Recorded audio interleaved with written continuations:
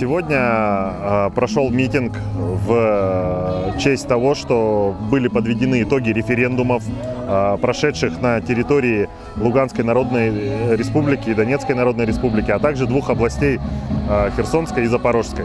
Естественно, мы, как Общероссийский народный фронт, как общественники, лидерами которых является наш верховный главнокомандующий Владимир Владимирович Путин, пристально следили за результатами и за ходом, самое главное, проходившего референдума. Результаты, они, как говорится, говорят сами за себя.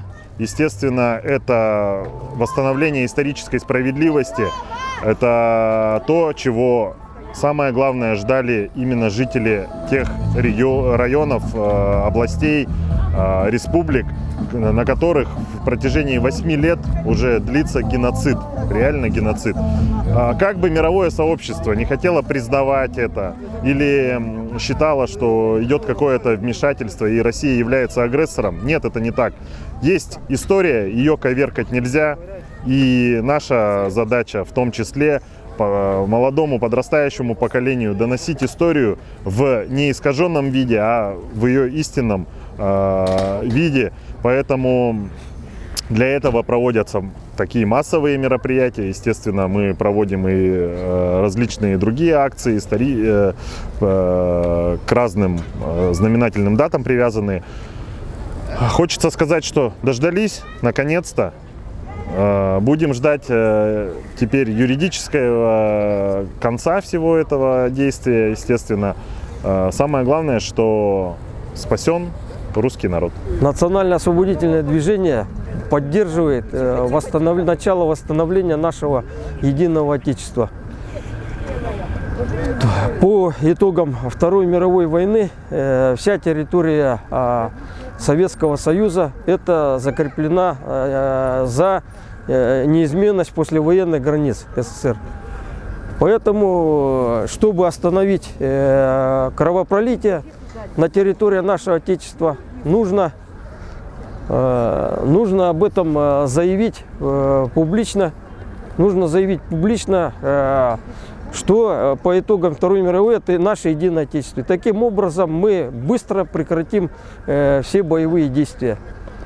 Вот, поэтому мы призываем жителей нашей страны, всей страны, всего Отечества вот это все осознать и остановить таким образом, восстановить наше единое Отечество, незаконно ликвидировано в 1991 году руководством тогдашним, и восстановить Отечество. И так быстро победим.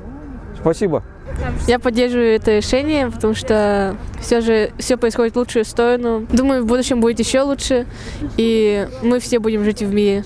Присоединение Запорожской, Донецкой и Луганской областей, я думаю, что это очень верное решение, как в том плане, что когда натовцы, я даже хочу подчеркнуть жирным шрифтом, напали, можно сказать, и уже нападают прямым словом уже напрямую на Россию.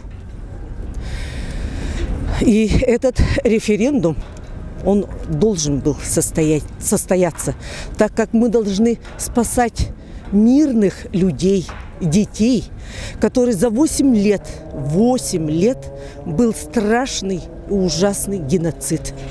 Мирных людей и детей, которых уже не возвратить.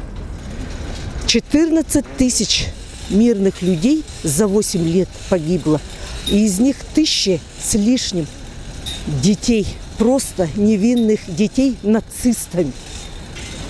Нацистами, которые породили натовцы, которые породила Соединенные Штаты Америки. Я просто вот подчеркиваю, прямо жирным шрифтом. И мы присоединяемся, мы их поддерживаем, мы за них очень рады, за этот референдум, что люди там одумались, просто одумались, кому нужна война.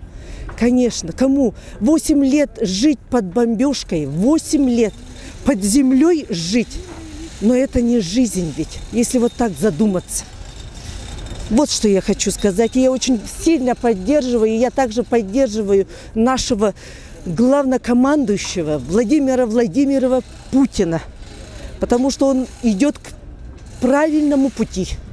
Потому что вот сейчас идет наша задача народа, наша сейчас, вот в данный момент народа, дать правовую оценку за развал СССР 1991 года. Потому что Конституция наша в 1991 году написана под третьем году.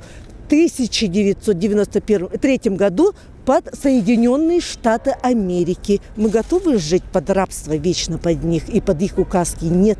Наша Конституция должна быть Российской Федерации.